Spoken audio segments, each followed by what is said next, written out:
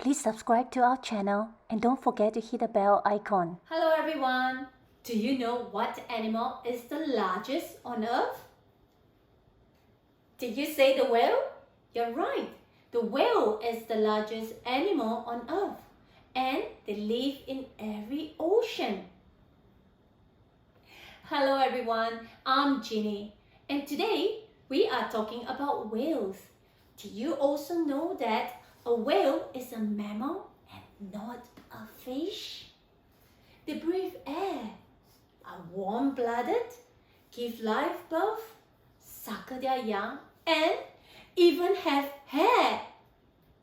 Well, today we have a story for you, and the title of the story is How the Whale Got His Throat.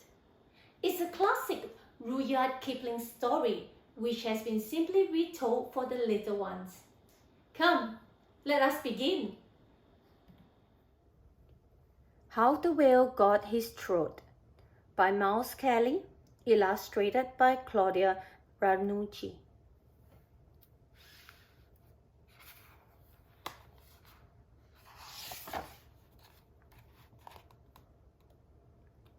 Once upon a time, there was a whale, and he ate fish. He ate the starfish, and the garfish, and the crab, and the dab, and the plays, and the days, and the really, truly, twirly, whirly eel.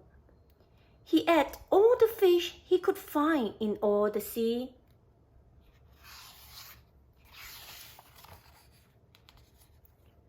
One day, the whale said, "I'm hungry." There was now only one small fish left in all the sea, and he said, "Noble and generous whale, have you ever tasted man?" "No," said the whale. "What is it like?" "Nice," said the fish. "Nice and nubbly." Splash! "Then fetch me some," boomed the whale. "One at a time is enough," said the clever fish, and he told the whale where he could find a man.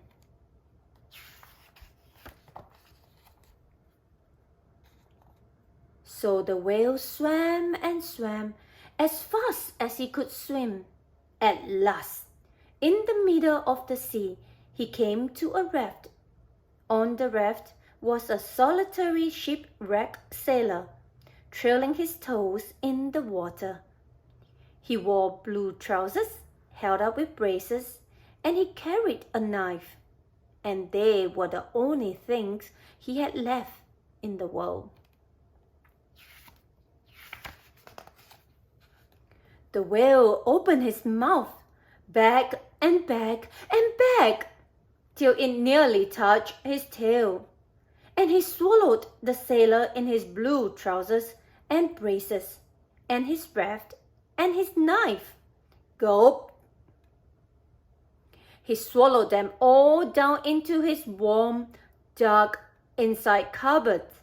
Then he smacked his lip and turned around 3 times on his tail. But as soon as the sailor found himself inside the whale's warm, dark inside cupboards, he thumped and he bumped and he stumped and he jumped and he hit and he beat and he banged and he clunked and he prowled and he howled and he hopped and he dropped and he danced hornpipes where he shouldn't.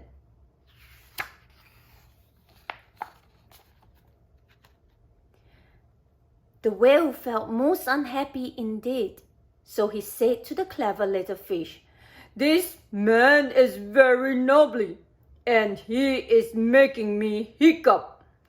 What shall I do? Hic?" "Tell him to come out," said the fish. So the whale called down his own throat to the sailor, "Come out and behave yourself. I've got hiccups." "No," said the sailor. "Take me home, and I'll think about it." And he began to dance more than ever. "You had better take him home," said the clever little fish. So the whale swam and swam and swam, with both flippers and his tail, as hard as he could, with his hiccup. Hiccup!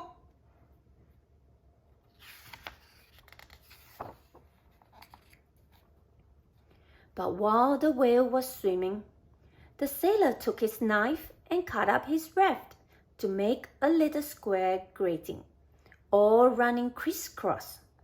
He tied it firm with his braces, and he wedged that grating good and tight into the whale's throat, and there it stuck.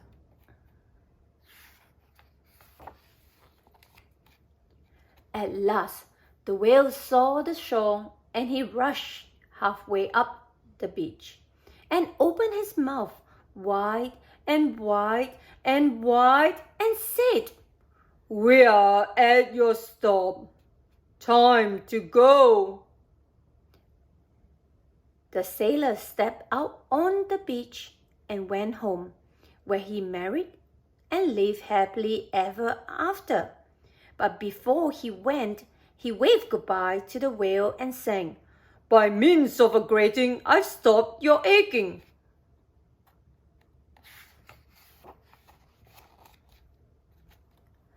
The clever little fish went and hid himself in the mud, just under the door of the equator. Shh! He was afraid that the whale might be angry with him. And the whale didn't find him, not until he got out of his temper, and then they were good friends again. From that day on, the grating in the whale's throat, which he could not cough up nor swallow down, stopped him eating anything except very, very small fish. The starfish and the garfish and the crab and the dab and all the others were most relieved.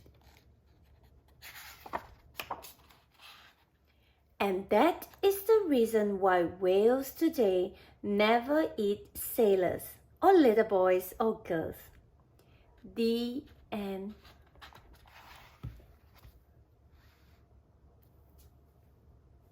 I hope you enjoyed today's story.